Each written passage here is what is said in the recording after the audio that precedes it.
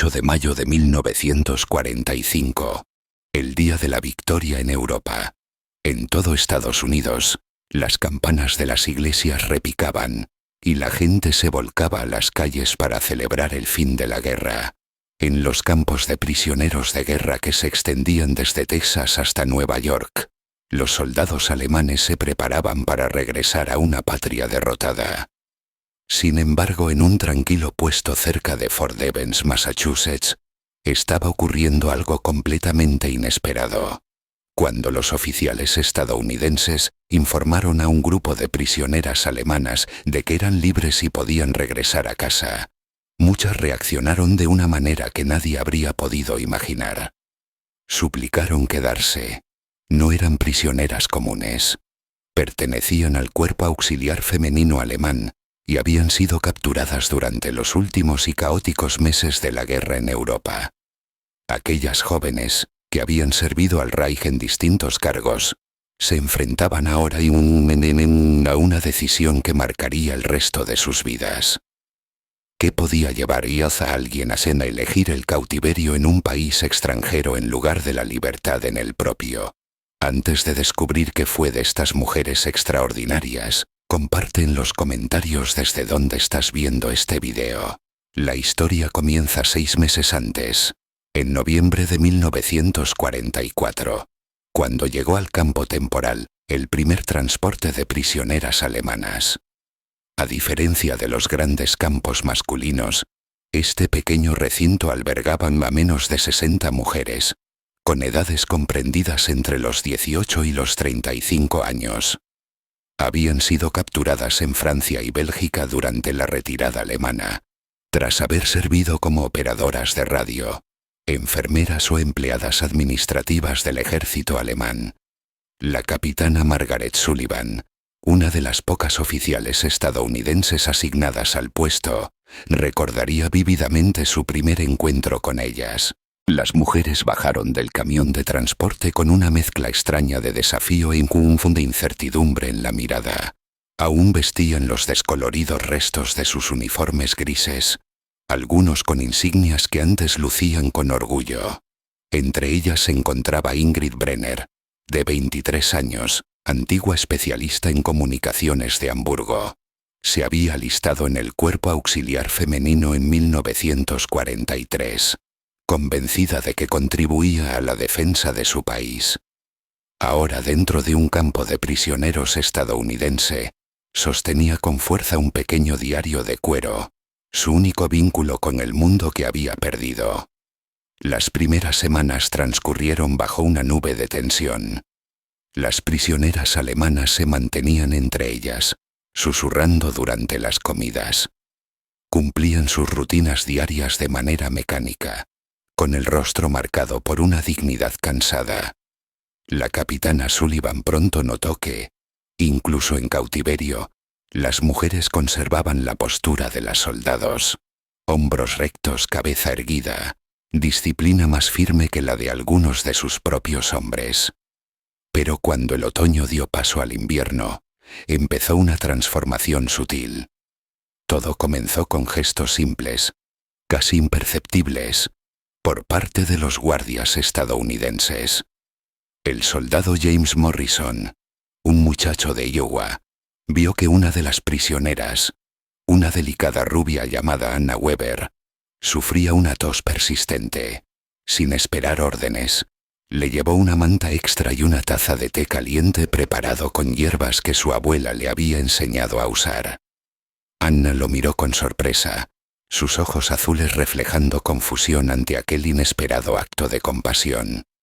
Le habían dicho que los soldados estadounidenses eran hombres crueles y despiadados, pero aquel joven, apenas mayor que su hermano, le mostró una bondad silenciosa. Aceptó el té con un suave danque, y por primera vez desde su captura, su postura rígida se relajó. La noticia de aquellos gestos se difundió pronto por el campo. El sargento Robert Chen, cuyos padres habían emigrado desde China, entendía demasiado bien lo que significaba ser tratado como alguien ajeno o diferente. Comenzó a enseñar frases sencillas en inglés a las prisioneras que quisieran aprender, usando gestos y dibujos cuando las palabras fallaban. Ingrid se unió rápidamente a esas lecciones informales. Había estudiado algo de inglés en la escuela y descubrió que tenía talento natural para los idiomas. Más aún, empezó a notar en los rostros de los estadounidenses algo que contradecía toda la propaganda que había creído durante años. Donde esperaba odio, hallaba curiosidad. Donde anticipaba crueldad, veía destellos de compasión. Y entonces llegó la Navidad de 1944, trayendo consigo el primer gran acercamiento. La capitana Sullivan había dudado sobre cómo manejar las festividades, consciente de que la mayoría de sus prisioneras estaban solas y profundamente nostálgicas. Decidió organizar una modesta celebración, permitiendo que las mujeres confeccionaran decoraciones simples con lo que encontraran. Lo que ocurrió después sorprendió a todos. Ingrid se acercó tímidamente a la capitana y con su cuidadoso inglés con acento alemán dijo: «Capitana, ¿podemos cantar para usted canciones alemanas de Navidad?» Pero también dudó un instante, buscando las palabras correctas. «Intentamos aprender canciones americanas». Aquella noche, en el pequeño salón del campo, 60 mujeres alemanas se pusieron de pie ante sus captores estadounidenses y comenzaron a cantar. Empezaron con O Tannenbaum, sus voces entrelazándose con la precisión de su herencia musical. Pero luego ocurrió algo aún más conmovedor. Intentaron entonar Silent Night en inglés. Las palabras eran imperfectas, pero el sentimiento que transmitían era inconfundible. Más tarde, el soldado Morrison escribió a su madre: «Mamá, nunca pensé que diría esto, pero al escuchar a esas chicas alemanas cantar esta noche, olvidé por un momento que éramos enemigos. Se veían tan jóvenes, tan lejos de casa. Me hicieron pensar en Sara y en sus amigas allá, en Cedar Rapids». Aquella noche marcó un punto de inflexión evidente. Las conversaciones entre los guardias y las prisioneras se volvieron notablemente más frecuentes. Las mujeres alemanas comenzaron a ofrecerse como voluntarias para tareas adicionales, no por obligación, sino por lo que parecía un sincero deseo de ser útiles. Trabajaban en la cocina, remendaban uniformes desgastados y aquellas con formación médica, ayudaban a la enfermera del campo siempre que podían. Ingrid asumió de manera natural el papel de intérprete y mediadora. Su inglés mejoraba con rapidez y pronto actuaba como el vínculo no oficial entre las prisioneras y los soldados. Empezó a darse cuenta de que muchos de los guardias estadounidenses estaban tan nostálgicos y confundidos sobre su futuro como las propias mujeres alemanas. Para febrero de 1945, la atmósfera del campo había cambiado por completo. Las mujeres ya no se aislaban durante las comidas. Las conversaciones, una mezcla de inglés y alemán, llenaban el comedor y el patio. El sargento Chen incluso había empezado a organizar pequeñas sesiones de intercambio lingüístico, en las que ambos grupos compartían frases, enseñando y aprendiendo unos de otros. Sin embargo, todo volvió a transformarse con la llegada de los sombríos informes procedentes de Alemania. A medida que las fuerzas aliadas avanzaban dentro del Reich, comenzaron a surgir relatos perturbadores. Historias sobre campos de concentración, atrocidades organizadas, horrores que pocos alemanes comunes habrían creído posibles. Ingrid se sentó en la pequeña biblioteca del campo, leyendo los periódicos estadounidenses con el rostro endurecido por la incredulidad. Las fotos eran borrosas, pero las palabras que las acompañaban no dejaban lugar a dudas. Sus manos temblaban al seguir con el dedo los nombres: Bergen-Belsen, Dachau. Lugares que nunca había sabido que existían, todos dentro de la misma nación que había servido con orgullo. Anna Weber la encontró allí, con lágrimas resbalando libremente por sus mejillas. Ingrid, susurró en alemán. Es verdad. Nuestro país realmente hizo estas cosas. Otras mujeres se acercaron, con el rostro pálido, reflejando la misma conmoción y confusión. No eran fanáticas del nazismo, sino jóvenes que se habían unido a los servicios auxiliares creyendo que defendían su patria. Ahora se veían obligadas a enfrentarse a la terrible verdad de que quizás habían formado parte de algo mucho más oscuro de lo que jamás imaginaron. La capitana Sullivan, observando desde el otro extremo de la sala, reconoció aquella expresión. Había visto la incredulidad en prisioneros hombres cuando les llegaban las mismas noticias, pero nunca un dolor tan profundo, nunca un derrumbe tan absoluto de la identidad. Esa noche, Ingrid escribió en su diario: ¿A qué clase de Alemania regresaremos? ¿A qué Alemania servíamos? Creí saber quién era y en qué creía. Ahora no sé nada. La primavera de 1945 trajo la victoria en Europa, y una profunda incertidumbre para las mujeres alemanas de Fort Devens. En todo el país había comenzado la repatriación de prisioneros de guerra varones, pero el destino de aquellas 60 mujeres seguía sin resolverse. En Washington los funcionarios debatían su estatus legal, mientras ellas mismas se enfrentaban a una dolorosa pregunta: ¿qué las esperaba exactamente en su regreso a casa? Los informes de Alemania describían escenas de devastación, ciudades enteras reducidas a escombros, familias dispersas o muertas, y una patria que existía ya solo en la memoria. Muchas no habían tenido noticias de sus seres queridos en meses, incluso en años. No sabían si alguien, en algún lugar, aún las esperaba. Mientras tanto, la vida dentro del campo estadounidense se había transformado en algo que ninguna habría podido prever. Lo que comenzó como un encarcelamiento se había convertido en algo parecido a una pequeña y frágil comunidad.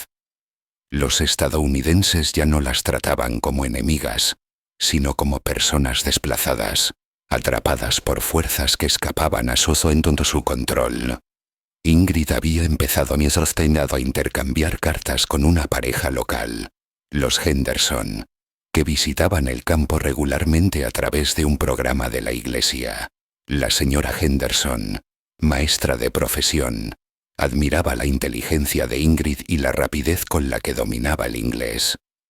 Pero más allá de eso, se sentía profundamente conmovida por el visible remordimiento de la joven tras conocer los crímenes de su país.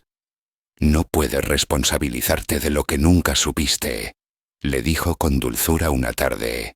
«La verdadera pregunta es qué harás ahora con la verdad que conoces». Sin embargo, obtener el perdón de los estadounidenses era una cosa. Regresar a Alemania era otra muy distinta.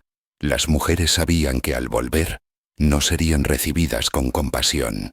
Probablemente serían tachadas de fracasadas, de mujeres contaminadas por la influencia del enemigo. Peor aún, regresarían a un país que ya no reflejaba los ideales en los que una vez creyeron. A medida que corrían los rumores sobre su próxima repatriación, la tensión en el campo creció. Las prisioneras habían descubierto algo en aquel lugar improbable, un sentido de pertenencia, de propósito e incluso de redención. Y así, cuando amaneció el 15 de mayo de 1945, el aire en Fort Devens se sentía más denso y pesado que nunca. La capitana Sullivan convocó una asamblea general para todas las prisioneras alemanas con el fin de comunicarles un anuncio importante sobre su repatriación. Las 60 mujeres se reunieron en el salón principal, con los rostros cargados de meses de incertidumbre sobre lo que aquel día significaría para su futuro. De pie frente a ellas, con los documentos oficiales del Departamento de Guerra en las manos, la capitana Sullivan respiró hondo antes de comenzar. Su voz fue firme pero impregnada de compasión. Cuando se dirigió a las prisioneras: «Señoras, he recibido órdenes respecto a su regreso a Alemania. El transporte será organizado en el transcurso de las próximas 2 semanas. Explicó que primero pasarían por campos de personas desplazadas en Europa, antes de ser liberadas para volver a sus hogares. Al detenerse un momento, percibió en sus rostros una mezcla compleja de alivio y miedo contenido. Lo que no esperaba, sin embargo, fue lo que ocurrió a continuación. Ingrid Brenner se levantó lentamente, con las manos temblorosas. En un inglés claro y deliberado preguntó: «Capitana Sullivan, ¿puedo hablar en nombre de algunas de nosotras?». Al recibir un gesto de aprobación, Ingrid miró a su alrededor antes de continuar. «Hemos estado hablando de esto entre nosotras desde hace un tiempo. Algunas no deseamos regresar todavía a Alemania». Sus palabras cayeron en el silencio como un trueno repentino. Varios guardias estadounidenses intercambiaron miradas de desconcierto. Anna Weber se puso entonces de pie, seguida por 12 mujeres más que dieron unos pasos al frente, formando un pequeño grupo aparte. Su decisión, evidente en sus expresiones, no había sido tomada a la ligera. Anna habló después, con un inglés vacilante pero sincero. «Capitana, sabemos que esto no es normal pedirlo, pero Alemania ya no es nuestro hogar. La Alemania a la que servimos, ahora vemos que no era el país que creíamos que era». Durante unos segundos, la capitana Sullivan no encontró palabras. En todos sus años de servicio, jamás había visto a prisioneros de guerra pedir permanecer bajo custodia en lugar de aceptar la libertad. Anna les pidió que explicaran sus razones, y lo que siguió fue una oleada de emociones que reveló hasta qué punto aquellas mujeres habían cambiado. Ingrid explicó que habían escrito a la Cruz Roja Internacional con la esperanza de encontrar a sus familiares sobrevivientes. De las 14 mujeres que querían quedarse, solo 3 habían recibido respuestas. 2 habían sabido que sus familias habían muerto durante los bombardeos. El resto vivía en total incertidumbre, sin saber si alguien a quien amaban seguía con vida. Más allá de eso, añadió Ingrid en voz baja, habían encontrado dentro del campo estadounidense algo que temían perder para siempre. «Aquí», dijo, «hemos aprendido lo que significa ser tratadas con dignidad, incluso como enemigas. Hemos visto compasión donde esperábamos odio. Se nos ha dado la oportunidad de trabajar, de aprender, de ser mejores de lo que una vez fuimos». El peso de su súplica era enorme. Legalmente, seguían siendo prisioneras enemigas de guerra, y la Convención de Ginebra solo contemplaba la repatriación, no la residencia voluntaria en los Estados Unidos. Sin embargo, su petición tocó una fibra más profunda que cualquier reglamento. El soldado James Morrison, el joven guardia que meses antes había mostrado compasión por Anna Weber, se acercó discretamente a la capitana Sullivan después de la reunión. «Señora», dijo con un tono casi apenado, «quizá no sea mi lugar decir esto, pero esas mujeres ya no son nuestras enemigas. Son solo personas que quedaron atrapadas en algo mucho más grande de lo que podían controlar. Enviarlas de vuelta a la nada no parece correcto». Esa misma noche, la capitana Sullivan envió un telegrama urgente a Washington describiendo la situación extraordinaria. La respuesta tardaría varios días en llegar, dejando a todos en un extraño estado de suspensión. Las mujeres que habían decidido quedarse continuaron con sus rutinas diarias, pero con una concentración renovada, como si quisieran demostrar que merecían la oportunidad que habían pedido. Mientras esperaban noticias desde la capital, el ambiente del campo adquirió un tono casi onírico. Aquellas que deseaban permanecer trabajaban con más empeño que nunca, como si sus esfuerzos pudieran influir de algún modo en los que tomarían la decisión final. Pero detrás de su determinación había algo más genuino que la esperanza. Había propósito. Ingrid se había vuelto indispensable como traductora, no solo entre idiomas, sino entre culturas. Mediaba en pequeños conflictos, ayudaba en tareas administrativas, e incluso comenzó a enseñar alemán a los miembros del personal estadounidense interesados en su idioma. Su diario de aquel tiempo mostraba síntomas a una mujer que descubría fortalezas e intereses que nunca se había sospechado tener. Anna Weber encontró su lugar trabajando junto al médico del campo, el Dr. Robert Hayes. Su compasión y su precisión la convirtieron en una asistente excepcional. Aunque el Dr. Hayes había dudado al principio de si una prisionera alemana debía trabajar en su enfermería, pronto se convirtió en uno de sus mayores defensores. «Tiene un don natural para sanar», le dijo a la capitana Sullivan. «Sería un desperdicio no dejarla ejercerlo». Otras mujeres también encontraron su camino. Maria Gottschalk, antigua oficinista, reorganizó por completo el sistema de archivos del campo. Greta Hoffmann descubrió su talento para la mecánica, reparando desde máquinas de escribir averiadas hasta camiones militares. Una más una. Cada mujer se había vuelto esencial para el ritmo cotidiano de la vida en Fort Devens. Su integración gradual, sin embargo, no estuvo exenta de controversia. La noticia de la inusual solicitud de las prisioneras alemanas pronto llegó a los pueblos cercanos, donde las reacciones se dividieron con fuerza. Varios periódicos locales publicaron editoriales cuestionando por qué antiguas prisioneras nazis parecían recibir un trato preferente mientras los soldados estadounidenses seguían muriendo en el Pacífico.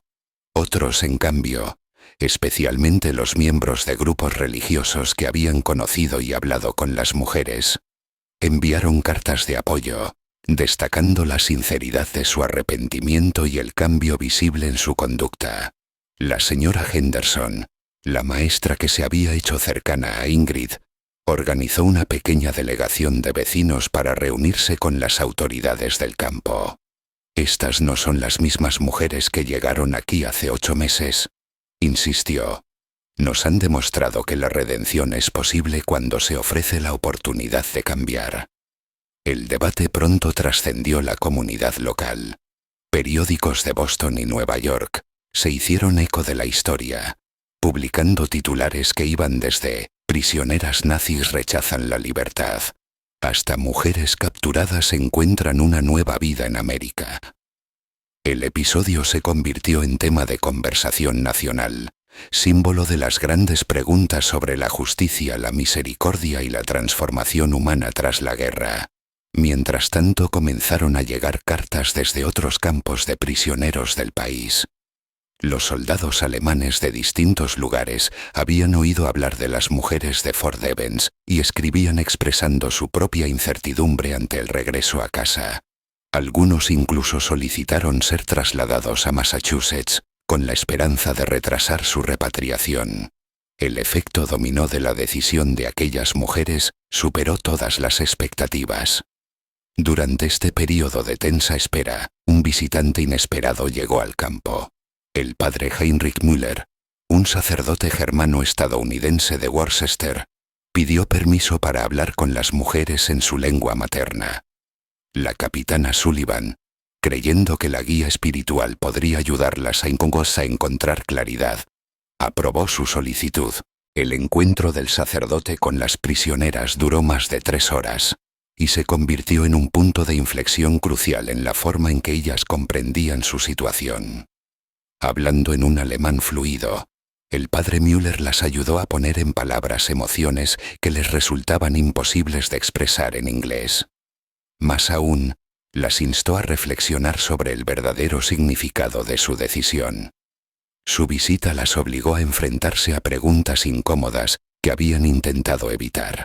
Para muchas, fue la primera vez en meses que pudieron hablar libremente en su propio idioma, liberando la maraña de culpa, confusión y miedo que llevaban tiempo reprimiendo.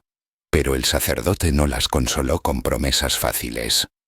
Al contrario, las desafió con preguntas difíciles sobre la lealtad, la responsabilidad y el sentido de pertenencia. «Hablan de la bondad que han encontrado aquí», dijo con suavidad. «Pero ¿qué hay de la bondad que podrían llevar a quienes sufren en Alemania?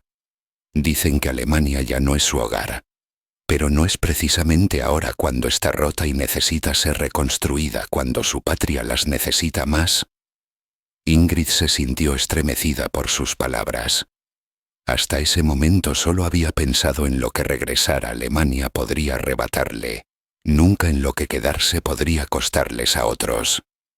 Estaban eligiendo el camino más fácil. ¿Era su deseo de permanecer en Estados Unidos un acto de conciencia o de miedo? La visita del sacerdote encendió intensos y prolongados debates entre las mujeres.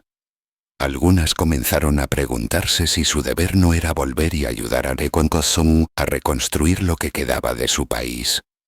Otras se convencieron aún más de que su papel era permanecer en América, como prueba viviente de que la reconciliación era posible. Estas luchas internas se vieron pronto interrumpidas por las tan esperadas órdenes de Washington. La respuesta fue, como era de esperar, burocrática, aunque sorprendentemente compasiva. El Departamento de Guerra anunció que no impediría el regreso inmediato de ninguna prisionera que deseara volver a Alemania. Sin embargo, debido a la naturaleza extraordinaria del caso y al caos que aún reinaba en la Europa ocupada, aquellas que quisieran permanecer en Estados Unidos podrían ser reclasificadas como personas desplazadas y consideradas para un proceso de inmigración. Esto significaba que ya no serían tratadas como prisioneras de guerra, pero también perderían la vivienda y el apoyo garantizados por el ejército. Tendrían que encontrar patrocinadores, empleo y hogares dentro de comunidades estadounidenses dispuestas a acogerlas. Era en muchos sentidos una perspectiva mucho más desafiante que regresar a Alemania. La decisión dividió al grupo de 14 mujeres que originalmente había pedido quedarse. 5 concluyeron que el riesgo era demasiado grande y optaron por la repatriación, dispuestas a afrontar con valentía lo que las esperara en su tierra natal. Pero las otras 9, lideradas por Ingrid y Anna, eligieron abrazar la incertidumbre y comenzar nuevas vidas en América. Conseguir patrocinadores y empleo resultó ser más fácil de lo que nadie había previsto. La familia Henderson se ofreció de inmediato a acoger a Ingrid, brindándole un lugar donde vivir y ayudándola a conseguir trabajo como traductora. El Dr. Hayes organizó para que Anna continuara sus estudios de medicina en un hospital cercano, prometiendo supervisar personalmente su progreso desde asistente hasta enfermera titulada. Otras familias de la zona, conmovidas por la sinceridad y el arrepentimiento de las mujeres, se ofrecieron también a ayudar y apadrinarlas.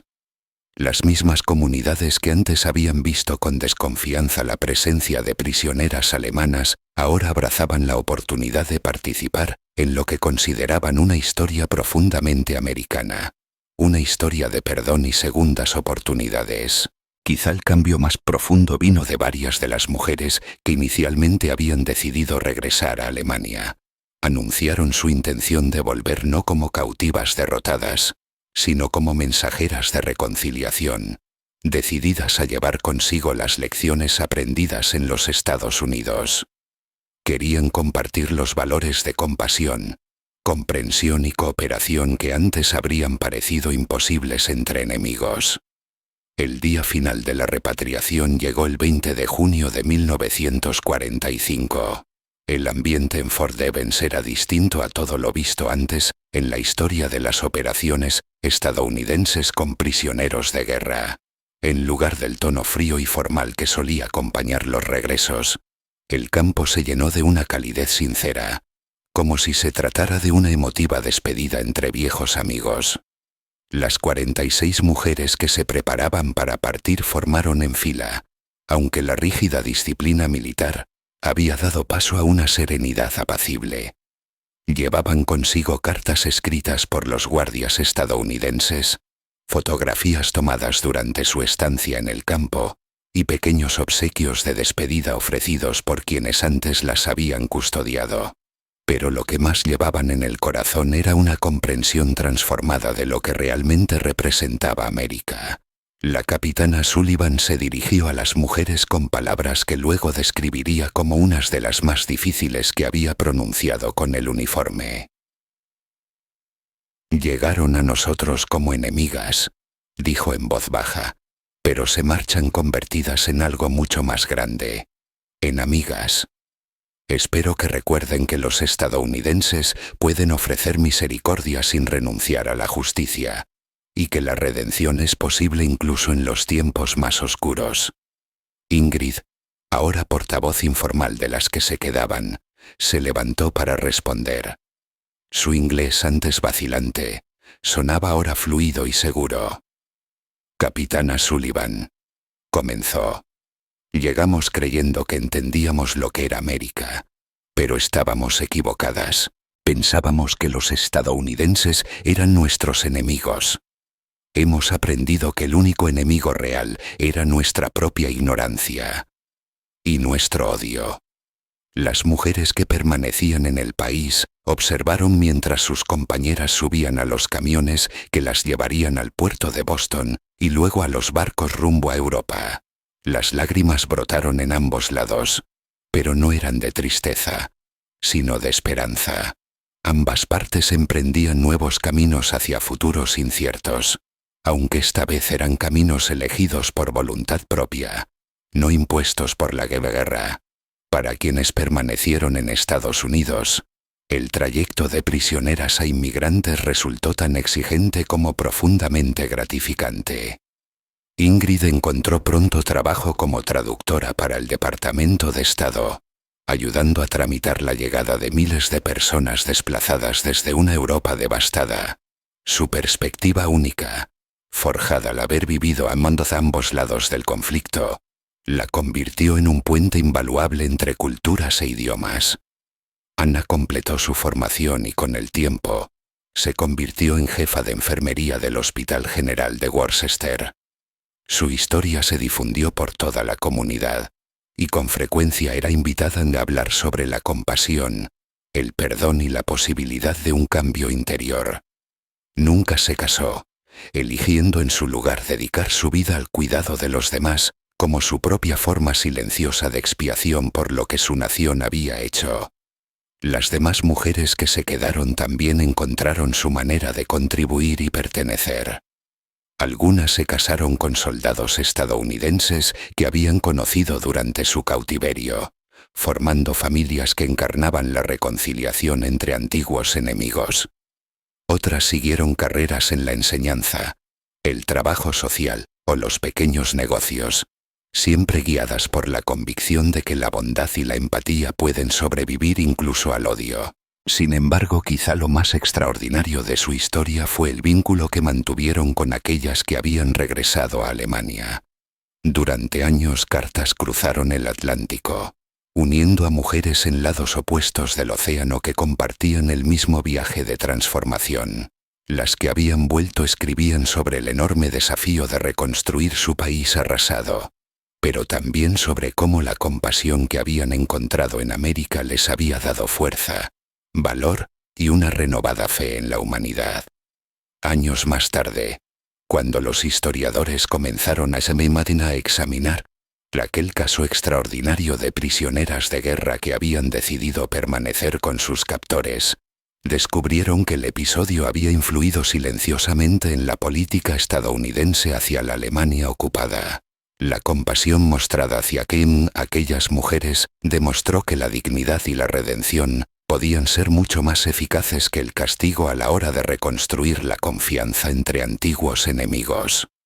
Un cuarto de siglo después de aquel día memorable, cuando las mujeres alemanas suplicaron quedarse bajo custodia estadounidense, Ingrid Brenner Henderson se presentó ante una sala repleta en la sede de las Naciones Unidas en Nueva York.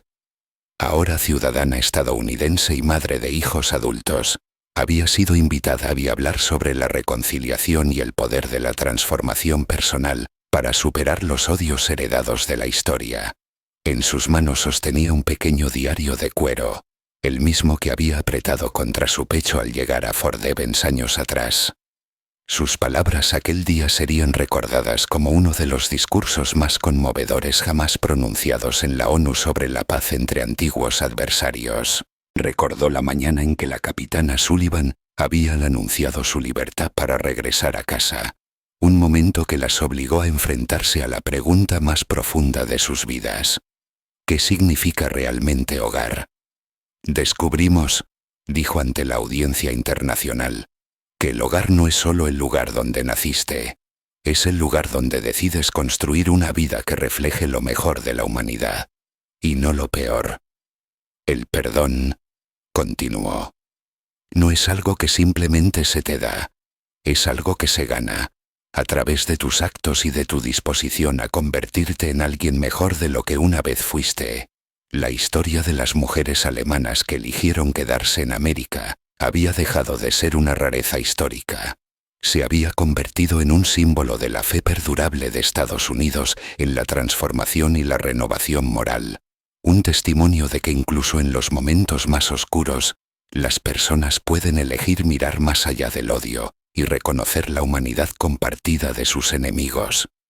Para entonces, Anna Weber, ahora conocida como la doctora Anna Weber, había regresado a Alemania en 1965 como parte de un programa de intercambio médico. Lo que encontró fue un país transformado, reconstruido no solo en sus ciudades y economía, sino también en sus valores y en su compromiso con los derechos humanos. A menudo decía que su tiempo como prisionera en Estados Unidos le había enseñado a comprender y valorar ese cambio, porque ella misma había vivido una transformación completa. Las mujeres que habían vuelto a Alemania en 1945 también desempeñaron un papel vital en el renacimiento de su nación. Llevaron consigo relatos de compasión vividos en los campos estadounidenses, historias que ayudaron a convencer a muchos alemanes de que la reconciliación no solo era posible, sino necesaria. Varias de ellas se convirtieron en líderes de las recién formadas organizaciones de amistad germano-estadounidense, dedicadas a fortalecer el vínculo creciente entre ambas naciones. Quizá el mayor legado de su historia fue la influencia que ejerció en la forma en que Estados Unidos entendió su responsabilidad hacia sus antiguos adversarios. El éxito de la reintegración de aquellas mujeres ayudó a orientar las futuras políticas de refugiados e inmigración, moldeando la manera en que el país acogía a quienes buscaban un nuevo comienzo. Demostró que la verdadera fortaleza de la nación no residía en su poder militar, sino en su capacidad de ofrecer oportunidades, dignidad y una segunda posibilidad a quienes estaban dispuestos a abrazar sus ideales. Al finalizar su discurso en las Naciones Unidas, Ingrid levantó el mismo diario desgastado que la había acompañado a lo largo de todas las etapas de su vida, desde prisionera de guerra hasta ciudadana estadounidense. En este libro, dijo, escribí las preguntas que todo ser humano debe hacerse. ¿Quién soy? ¿En qué creo? ¿Qué clase de persona quiero ser? Lo extraordinario de América, añadió, es que me dio la libertad de descubrir que podía elegir respuestas diferentes de aquellas que una vez me habían impuesto. La historia de las mujeres alemanas que rogaron quedarse nos recuerda que, incluso en los capítulos más oscuros de la historia humana, las personas pueden elegir escribir nuevos finales para sus vidas. Demuestra que la redención se hace posible cuando una sociedad decide ofrecerla, y que la victoria más verdadera sobre el odio consiste en transformar enemigos en amigos, prisioneros en ciudadanos y la desesperación en esperanza. Aún hoy, su historia continúa inspirando a nuevas generaciones, tanto en América como en Alemania, como prueba viva de que la capacidad del espíritu humano para cambiar y renovarse puede superar incluso las cicatrices más profundas de la guerra. No eligieron quedarse en Estados Unidos para escapar de su pasado, sino porque, dentro de aquel cautiverio, habían descubierto algo digno de defender y transmitir: la convicción de que la misericordia puede reconstruir lo que el odio destruye.